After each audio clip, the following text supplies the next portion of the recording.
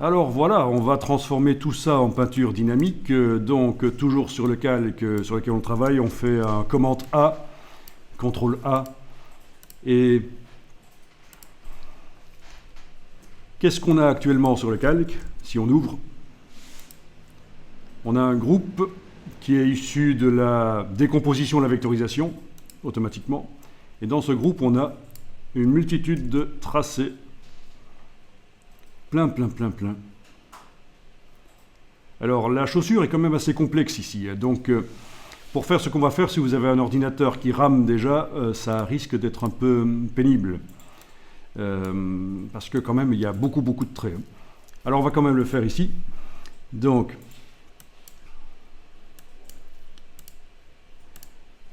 ce groupe est donc entièrement sélectionné. Bientôt, il va apparaître sous le nom peinture dynamique.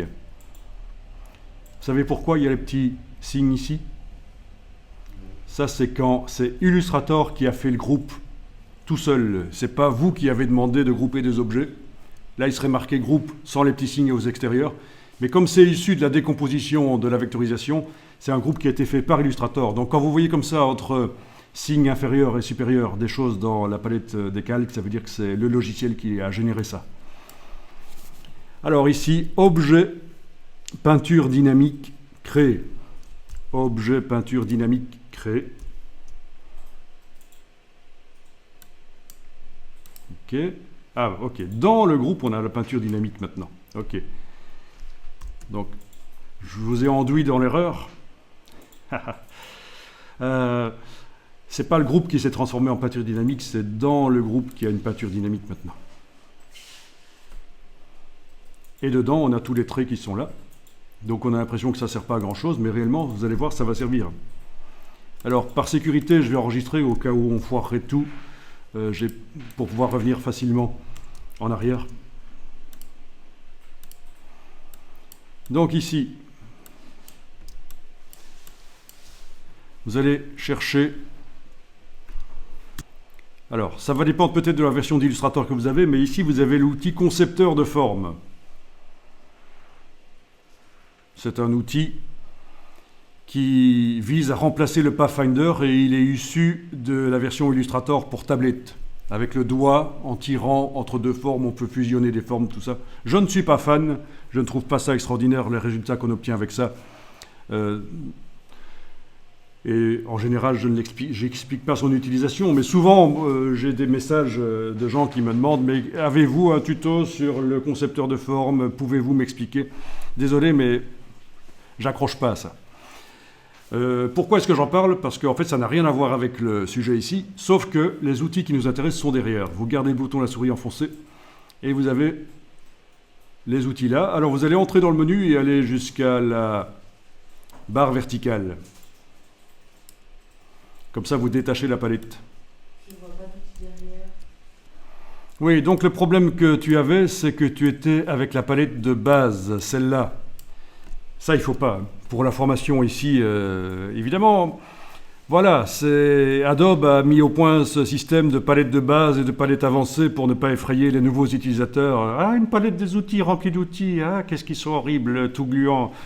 Ok, donc, si vous avez la palette de base, les trois petits points, menu de la palette qui est apparue, avancé, et là, vous n'avez pas de problème pour trouver les outils en question. Voilà d'où venait le problème en fait. C'est pas parce qu'on était dans la 2022 ou dans la 2021, c'est juste ça. Alors ici, vous avez l'outil de sélection de peinture dynamique. Activez-le, survolez le dessin, vous voyez qu'il y a des formes qui vont se sélectionner. Vous pouvez cliquer, vous allez voir qu'elles sont sélectionnées. Ah ben c'est bien, il n'y a même pas besoin d'enlever les vecteurs. Une fois qu'on a cliqué, on ne voit plus les vecteurs. Et donc c'est pas mal ça. Vous arrivez à sélectionner les formes. Même si, d'un point de vue vectoriel pour Illustrator, elles ne sont pas vraiment fermées. Comme on a dit, ce n'est pas des vraies formes fermées. Elles sont peut-être fermées. Visuellement, elles sont fermées. Mais d'un point de vue mathématique, ce n'est pas nécessairement des formes fermées. C'est ça l'idée. Alors attention, parce que si vous cliquez sur un contour, vous arrivez à sélectionner le contour. Vous voyez, le contour qui apparaît en pointillé. On est d'accord? Comment tu fais pour voir un pointillé comme ça? Donc, il faut cliquer. Tu ne le vois pas? Non. Avec l'outil de sélection de peinture dynamique, quand tu cliques, est-ce que tu vois le contour rouge qui t'indique Oui, je vois le contour. Et quand tu cliques, tu ne le vois pas. Ok. Non. Alors, on va dans le menu affichage et on va vérifier. Est-ce que dans le menu affichage, on te propose afficher le contour de sélection? Si oui, tu l'enclenches. Ok, il te propose de masquer le contour de sélection. Donc, le problème ne vient pas de là. Parce que oui, quand on a demandé de masquer le contour de sélection, les petites zones grises, on ne les voit pas et ça peut être pratique parfois. Mais ici, je vais refaire affichage, afficher le contour de sélection. Donc, les zones grises, je les vois. Et donc, tu ne vois pas les zones grises. C'est plutôt ennuyeux. Est-ce qu'elles sont vraiment sélectionnées? Teste un peu ça. Menu fenêtre, nuancier. Quand tu appliques une couleur, sur le fond, il faut que la case de fond soit à l'avant-plan. Les autres peuvent tester ça aussi. La case de fond à l'avant-plan, tu choisis une couleur, ça s'applique? Oui, ça oui. Bon.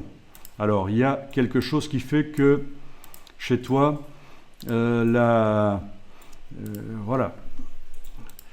Le fait que ce soit sélectionné n'apparaît pas. Voyons un peu ça. Essaye de double-cliquer sur l'outil de sélection de peinture dynamique, mais même là, dans les options, je ne vois pas quelque chose qui empêcherait. Par contre, un truc qui serait bien, ce serait de désactiver contour. Oui, quand vous double-cliquez sur l'outil de sélection, parce que les contours, on n'a absolument pas besoin de les sélectionner ici, et on va, comme ça, voilà. Ici, ils ne vont pas se sélectionner. Vous laissez fond dans les options.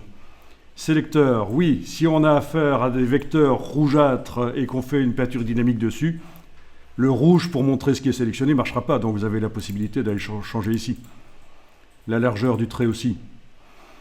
Du trait qui montre que c'est sélectionné. Ben, c'est les seules choses que je vois là.